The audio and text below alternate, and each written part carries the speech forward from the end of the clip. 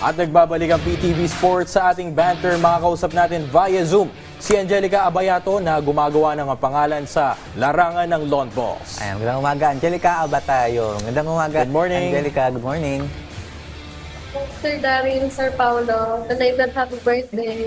Uy, salamat. Wala ka pa. Parang lahat nakakaalam na ng birthday ko. Alam na ng buong bansa na birthday mo kahapon. Pero simulan ko na yung unang tanong, teammate Paolo. Angelica, of course, congratulations. Si won bronze medal nung I think last week lang dito sa Under 25 Asian Lawn Bowls Championships na ginaganap dyan sa Clark, Pampanga. How was the experience? Kumusta naman yung paglalaro dyan sa home court natin? And paano ka nakapag-adjust? Siyempre, sobrang init habang naglalaro kayo ng lawn ball dyan sa Clark. Sobrang saya naman po. Successful naman po yung naging tournament. Yes po. Masaya naman po. Ito, Angelica, you won bronze medal. Kumusta naman yung naging level of competition dyan sa Under 25 Asian competition? Sino yung mga, kaninong mga bansa ka ba nahirapan during your stint dyan sa Clark, Pampanga?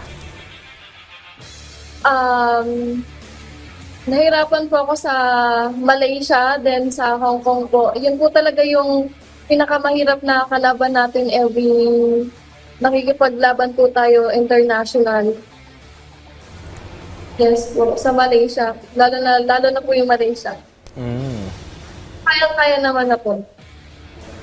Tingin mo ba, since ang lawn ball, isa ang Pilipinas sa mga powerhouse pagdating sa lawn balls. So, tingin mo ba yung mga neighbor countries natin, nabanggit mo nga yung Malaysia, and of course Thailand, tingin mo ba daan-daan na silang nakakasabay dito sa sport na ito? At kapag podium finish na rin, gaya natin.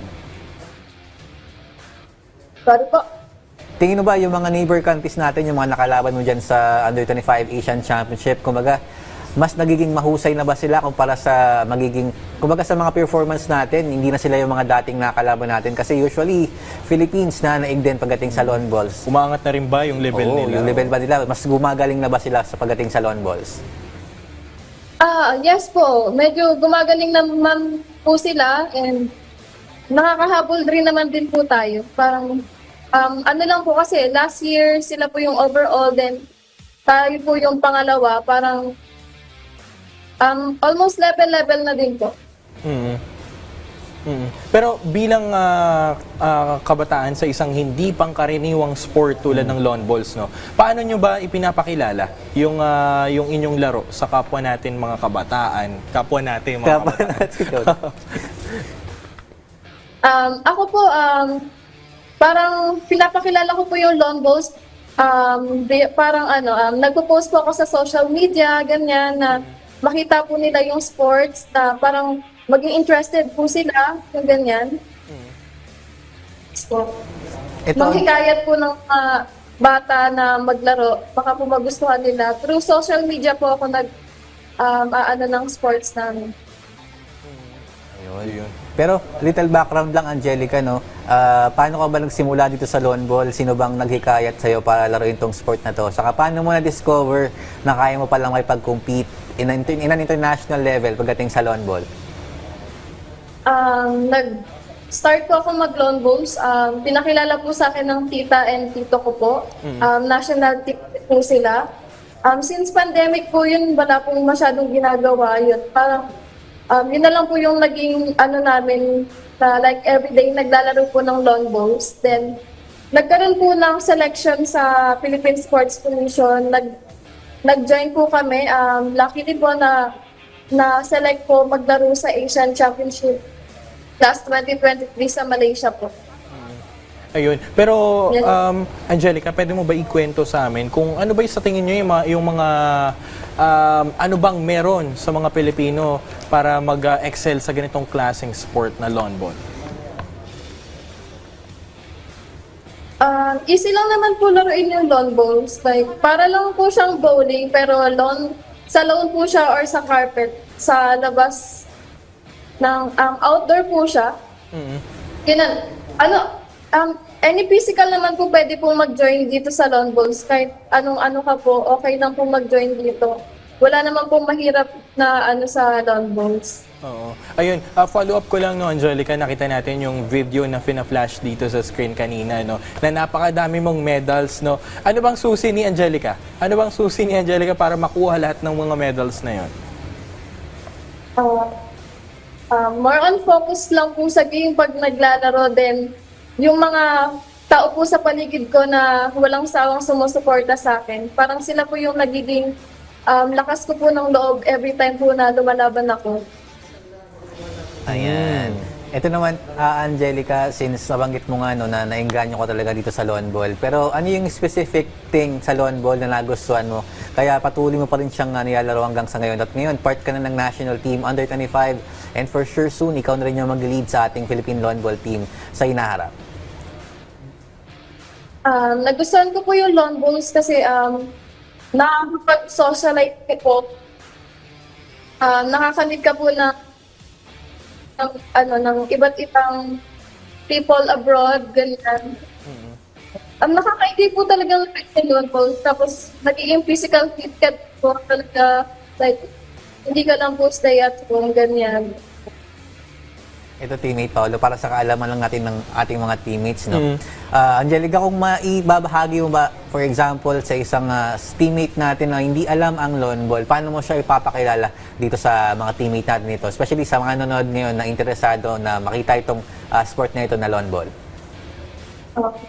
Meron po kami, yung lawn balls po parang bowling. Meron po kaming jack na maliit, na white. Tapos meron din po kaming bola.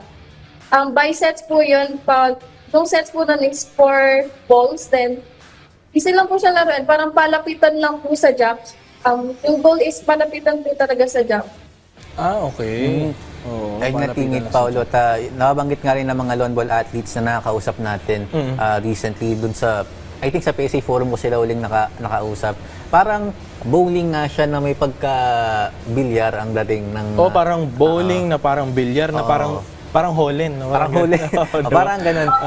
And usually, yung mga ganung sport like billiards and bowling, dun talaga mahusay ang mga Pilipino. Kaya hindi na rin malabo na sa lawn balls is mamayagpag din ng Pilipinas pagdating dun sa sport na ito sa lawn ball. At ngayon nga, nakakuha ng bronze medal itong si Angelica. At I think 4 medals ang nakuha ng ating Philippine lawn ball team dun sa Asian Lawn Ball Championships dun sa Clark, Pampanga. Pero kumusta naman ang sitwasyon ngayon dyan, Angelica? Tapos na ba yung tournament o ongoing pa? Ongoing pa ba yung mga laban ng ating Team Philippines?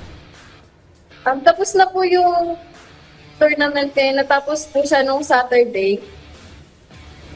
Kumusta Yan, naman? nag-uwian na yung mga atleta. Kumusta naman ang naging performance tingin mo ng Team Philippines? Based sa observation mo, how would you assess yung naging performance ninyo dyan sa Asian Lawn Balls Championship?